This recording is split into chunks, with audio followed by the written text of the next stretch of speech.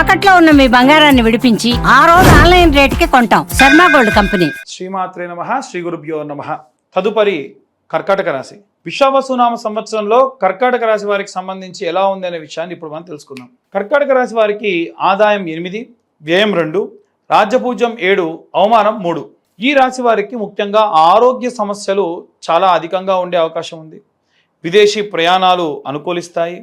న్యాయపరమైనటువంటి వ్యవహారాలు లాభం ఉంటుంది. రైతులకు చాలా ఆశాజనకమైనటువంటి ఫలితాలు ఉంటాయి. విదేశీ ప్రయాణాలతో పాటుగా న్యాయపరమైనటువంటి విషయాలంటే కోర్టు గొడవలు కేసుల్లో ఉన్న వారందరికీ కూడా ఖచ్చితంగా మంచి మద్దతు లభిస్తుంది.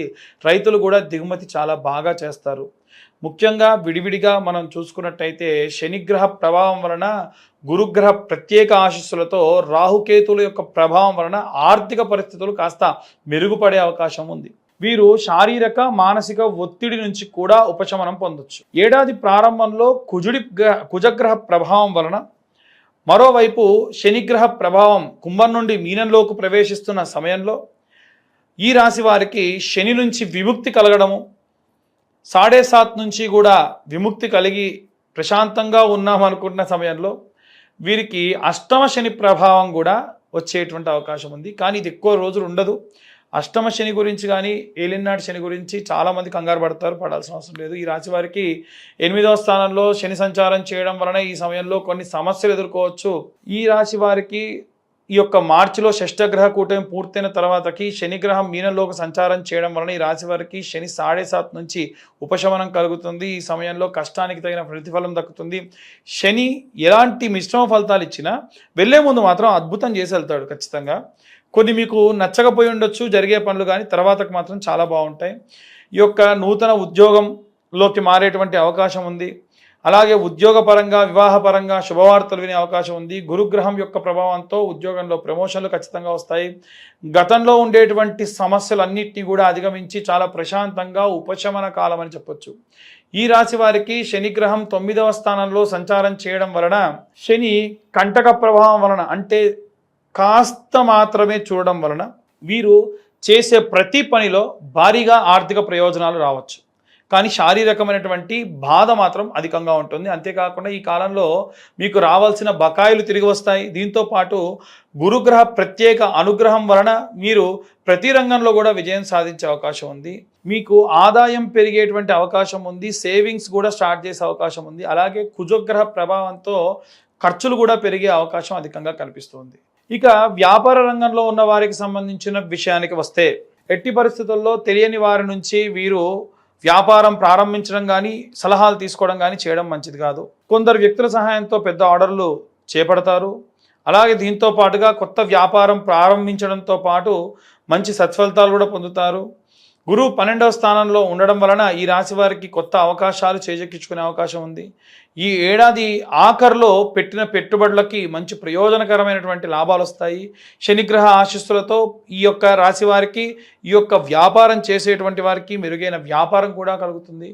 మీకు కష్టానికి తగిన ప్రతిఫలం దక్కుతుంది. కానీ ప్రథమార్థంలో మాత్రం చిన్న చిన్న ఒడిదుడుకులు ఎదుర్కోవాల్సిందే, దాంట్లో ఎటువంటి సందేహం లేదు. మొదలు కష్టపెడతాడు శని, తర్వాతకే సుఖపెడతాడు.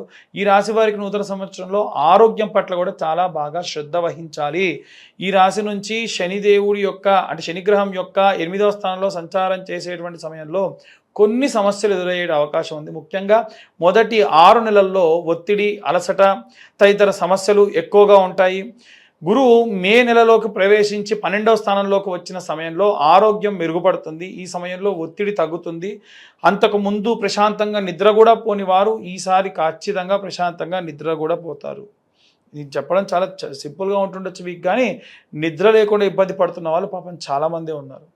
కర్కాటక రాశి వారికి సంబంధించి ఈ ఏడాదిలో విద్యారంగంలో మెరుగైనటువంటి ఫలితాల అవకాశాలు ఉన్నాయి. గురుగ్రహ ప్రభావంతో ఉన్నత విద్యా సంబంధిత రంగాల్లో ప్రవేశ పరీక్షలలో ఖచ్చితంగా మంచి పోటీ పరీక్షల్లో కూడా మెరుగైనటువంటి సత్ఫలితాలు పొందుతారు. మే తర్వాత 12వ స్థానంలో ప్రవేశించడం వలన ఫీజులకు సంబంధించి ఏవైనా సరే కోర్సులకు సంబంధించి డబ్బు అధికంగా ఖర్చు పెట్టే అవకాశం ఉంది. కాస్త బలహీనంగా కూడా మారుతారు. మరోవైపు విదేశాల్లో చదువుతున్నటువంటి విద్యార్థులు అద్భుత ఫలితాలు పొందుతారు.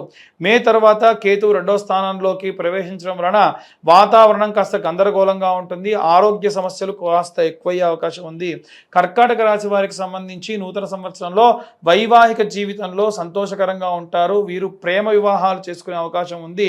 ఎక్కువగా ప్రేమ వివాహాలు చేసుకునేటువంటి వారు మీ యొక్క తల్లిదండ్రులని వారి తల్లిదండ్రులని ఒప్పించి వివాహం చేసుకోండి. వివాహం అంటే ఇద్దరు మనుషులకు మధ్య ఉన్నటువంటి విషయం కాదు, ఇది రెండు కుటుంబాలకు సంబంధించిన విషయం. ఈ నూతన సంవత్సరంలో మిశ్రమ ఫలితాలు వివాహం తర్వాతకి గోచరించే అవకాశం ఉంది. వైవాహిక జీవితంలో పెద్ద సమస్యలు కూడా రావచ్చు. వివాహం అయితే అవుతుందని చెప్పాను, అవివాహితులకు వివాహం ఖచ్చితంగా వస్తుంది, సంబంధాలు కూడా వస్తాయి, అరేంజ్డ్ మ్యారేజెస్ కూడా అవుతాయి. కానీ ప్రేమ వివాహాలు చేసుకునే వాళ్ళు ఎట్టి పరిస్థితుల్లో దయచేసి మీరు జాతకం చూయించుకొని జాతకరీత్యా ఏవైనా సరే కలత్ర దోషం కానీ మాంగళ్య దోషం కానీ ఉంటే దానికి సంబంధించిన రెమెడీస్ చేసుకోవడం చాలా మంచిది. ముత్యాల దండ ఉంటే గనక పిల్లలు దగ్గర లేకున్నటువంటి వృద్ధాప్యంలో ఉన్నవారు ముత్యాల దండ మెడలో వేసుకొని రోజు కూడా ఓం వం అమృతకరాయ నమః అన్న మంత్రం చదవడం చాలా మంచిది. ఇవి ఈ రాశి వారికి సంబంధించినటువంటి ఫలితాలు. ఈ రాశి వారు ఇంకా ఎలాంటి రెమెడీస్ తీసుకోవాలి, అన్ని వర్గాల వాళ్ళు ఎలాంటి మంత్రపఠనం చేయాలనే విషయాన్ని ఇప్పుడు మనం తెలుసుకుందాం. ఈ యొక్క విశ్వావసునామ సంవత్సరంలో విద్యార్థులు ఎవరైతే ఉన్నారో నీల సరస్వతి స్తోత్రం లేదా మేధా దక్షిణామూర్తి స్తోత్రం చదవడం కానీ వినడం కానీ చాలా విపరీతమైన శక్తినిస్తుంది. అలాగే నిత్యము స్వచ్ఛమైన ఆవు నెయ్యితో పిల్లల చేత చిన్న దీపారాధన చేయించి కనురెప్ప ఆర్పకుండా నిమిషన్నర పాటు చూడడం వల్ల, అది కూడా కంటికి ఈక్వల్గా ఉండేటువంటి లెవెల్లో గనక మీరు ఈ దీపాన్ని చూడడం వల్ల విశేషమైనటువంటి కంటి సైట్ ప్రాబ్లమ్స్ సాల్వ్ అవుతాయి. చూసిన ప్రతీది కూడా జ్ఞాపక శక్తిగా విపరీతంగా వారికి గుర్తుంటుంది.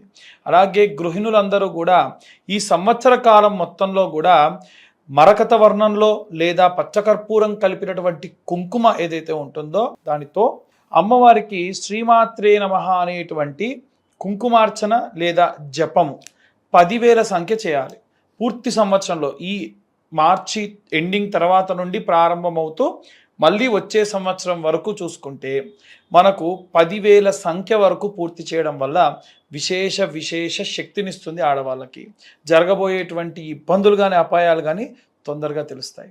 అలాగే ఉద్యోగస్తులు ఎవరైతే ఉన్నారో వీరు ఒక గోల్డ్ కలర్ క్లాత్లో కొన్ని శనగలు, ఒక 4-5 శనగలు సరిపోతాయి, వేసుకొని ఆరెంజ్ కలర్ క్లాత్ దారంతోనే దాన్ని మూటలా కట్టి నవగ్రహాల గుళ్ళో బృహస్పతి గ్రహం అంటే గురుగ్రహం ఎక్కడైతే ఉంటుందో అక్కడ గురువారం నాడు ఉదయం 7:20 లోపు మట్టి ప్రమిద, కొత్త మట్టి ప్రమిద పెట్టి దాంట్లో ఇది ఒక మూటను పెట్టి వీలైతే సంపెంగ నూనెతో కానీ లేకుంటే విప్ప నూనెతో కానీ ఆముదం కొంచెం కలిపి దీపారాధన చేయడం వలన విశేషంగా ఉద్యోగానికి సంబంధించినటువంటి ఇబ్బందులన్నీ కూడా క్లియర్ అవుతాయి.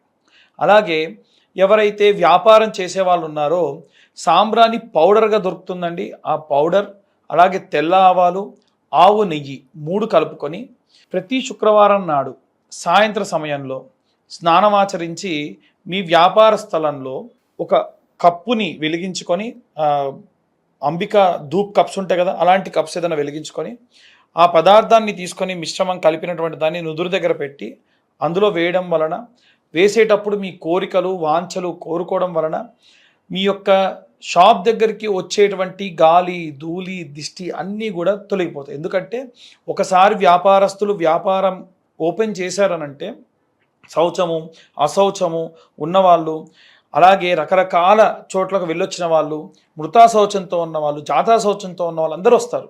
అలాంటి సంభావిత దోషములన్నీ కూడా ఇలా చేయడం వల్ల క్లియర్ అవుతాయి.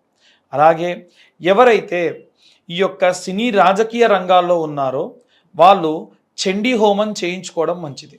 చండీ పరాదేవత మీకున్నటువంటి చాలా రకాలైనటువంటి, ఎందుకంటే పబ్లిక్ పోర్టల్లో విపరీతంగా తిరుగుతూ నరదిష్టి విపరీతంగా ఉంటుంది కాబట్టి పోవాలి అనంటే చండీ హోమం చాలా మంచిది. సంవత్సరంలో కనీసం ఒకసారైనా చేయించుకోవాలి. కరుంగలి మాల లాంటివి ఏవైతే ఉంటాయో ఆ మాలలు కూడా ధరించడం మంచిది. అలాగే ఎవరైతే వివాహం కోసం ఎదురు చూస్తూ ఉన్నటువంటి అమ్మాయిలు కానీ అబ్బాయిలు కానీ, అమ్మాయిలు అయితేనేమో వరపాశుపతము అనేటువంటి హోమం ఉంటుంది. అంటే శివుడికి చక్కెరతోని అభిషేకం చేసి, ఓన్లీ చక్కెరతో అభిషేకం చేసి తర్వాతకి హోమం చేస్తారు. అమ్మాయిలకైనా సరే అలాగే శివలింగానికి అభిషేకం చేసి తర్వాతకి హోమం చేస్తారు. అమ్మాయిలు చేసేదాన్ని వరపాశుపతం అని, అబ్బాయిలు చేసేదాన్ని కన్యాపాశుపతం అని అంటారు. ఈ పాశుపత హోమము మీ దగ్గరలో ఉన్నటువంటి అర్చక స్వాములు ఎవరినన్నా అడిగితే చేస్తారు. లేదు కావాలి అంటే కింద ఉన్న మా నెంబర్ కూడా కాంటాక్ట్ చేయొచ్చు, మేమైనా సరే చేయిస్తాం. అలాగే ఎవరైతే విదేశాలకు వెళ్ళాలి అనుకుంటూ ఉన్నారో వారు ముఖ్యంగా ప్రసన్న మహాకాళి ఆలయంలో అమ్మవారికి కుంకుమార్చన చేయించి కొంచెం కుంకుమ మీతోనే పెట్టుకొని ప్రయాణం చేయండి. ప్రయాణంలో ఎటువంటి బడలికలు, ఎటువంటి ఇబ్బందులు, వెళ్ళిన తర్వాతకి ఎటువంటి విషజ్వరాలు రాకుండా అమ్మవారు కాపాడుతుంది. అలాగే ఎవరైతే పిల్లల దగ్గర లేకుండా వృద్ధాప్యంలో ఉన్నారో వారు నిత్యము కూడా అసుర సంధ్యా సమయంలో కాలభైరవాష్టకం చదవడం మంచిది, లేదా కాలభైరవాష్టకం వినడం మంచిది. రైతులు, కుల వృత్తులు, చేతి వృత్తులు చేసే వాళ్ళు ఎవరైతే ఉన్నారో మీ యొక్క కులదేవతారాధన మానకండి.